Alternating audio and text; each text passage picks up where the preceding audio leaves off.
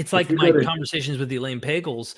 I think that she's not dogmatic about this, but her influence with Nag Hammadi and reading all of these other Gnostic type literature, you can tell in her conversations with me, and I've got tons of those interviews on the Patreon, and some are already public, where you could see that her work and her influence and what she's done, you could tell the impact of that literature makes her wonder if this secret or these ideas actually do go back to a guy, or at least an early community of Jesus followers, even Paul. You know what I mean? Like, so she's. Yeah, we have to wonder that. I mean, Yeah.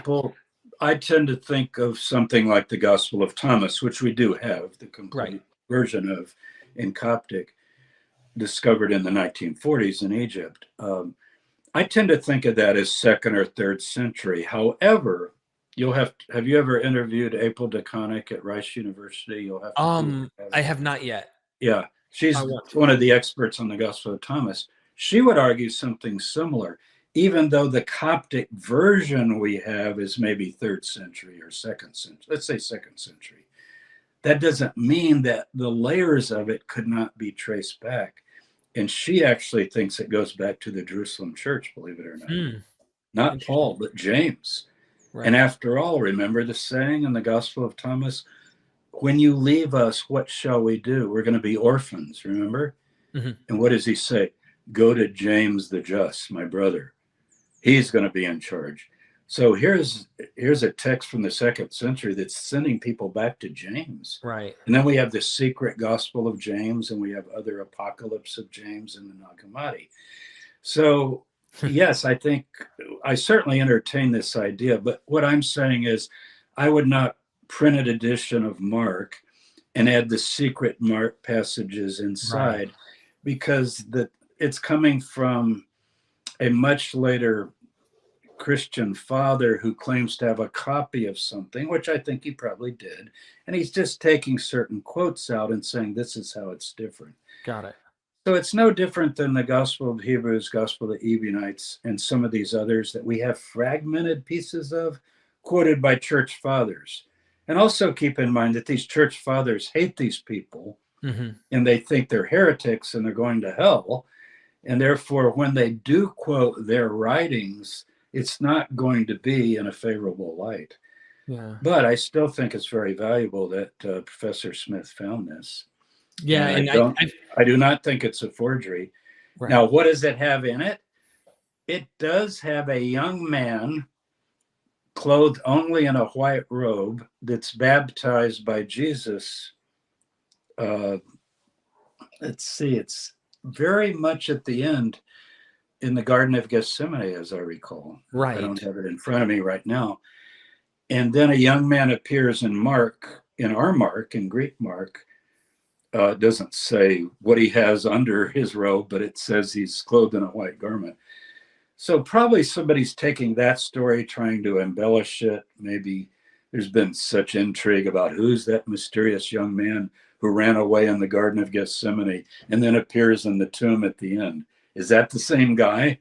And we talk about that in the course briefly. So I like this one too. Max the Confessor, Mark was used as the Ebionite gospel. How did they read Mark 2:7? Well, let me look at 2:7 to get. Read it if you don't mind for our audience, so that way they hear. Thank you, Max, for the super chat, and thank you, Nunya, for the super chat. I appreciate that. Okay.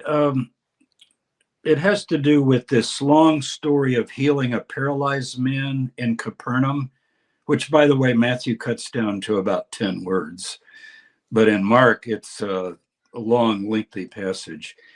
And they let him down the roof, and then Jesus heals him. But before he heals him, he says, my son, your sins are forgiven.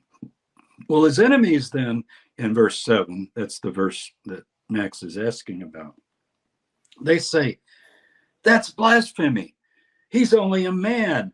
Who can forgive sins but God? And then Jesus says, kind of like a jokester, oh, really?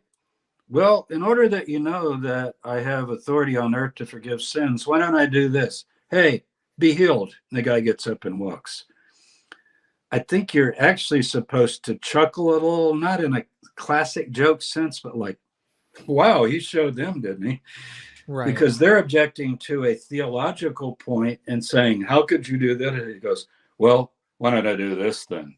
You don't like what I said. What about this? And I heal a paralyzed guy, and here he is walking, and he's perfectly whole. So that's the story. Now, lots of people would say, well, that can't be Ebionite, because who can forgive sins but God means Jesus is God in Mark. Right. But Jesus is not God in Mark. And there are quite a few other places where you see that he's not. Now, they do ask constantly in Mark, who then is this? Just like, who then is this that he can forgive sin? Who then is this that he can calm the storm? If you fall for it, you'll be one of the dumb readers. You know who's saying, who then is this? It's the disciple. Look, he just calmed the storm. This guy is just God, maybe. Or the Messiah, at least. But notice what he says, that you may know that the Son of Man has authority on earth to forgive sins. This is a delegated authority. So their question, according to Mark, is bogus. Only God can forgive sins. But could God give the authority to someone else to forgive sins through his authority? Then it would still be God forgiving the sins. Right. So the real question is, would he possibly have the authority to do that? You see. Got it. And if you remember the story of Abraham, and actually there's several stories, you've talked about this with a lot of your Hebrew Bible people, but the one about the guy sleeping with his wife, Sarah. Right. And he says, well, ask him to pray for you that you'll be forgiven, because you could be condemned for going after another man's wife and God could strike you dead. Well, again, he's a mediator. So is Abraham now God because he's going to pray?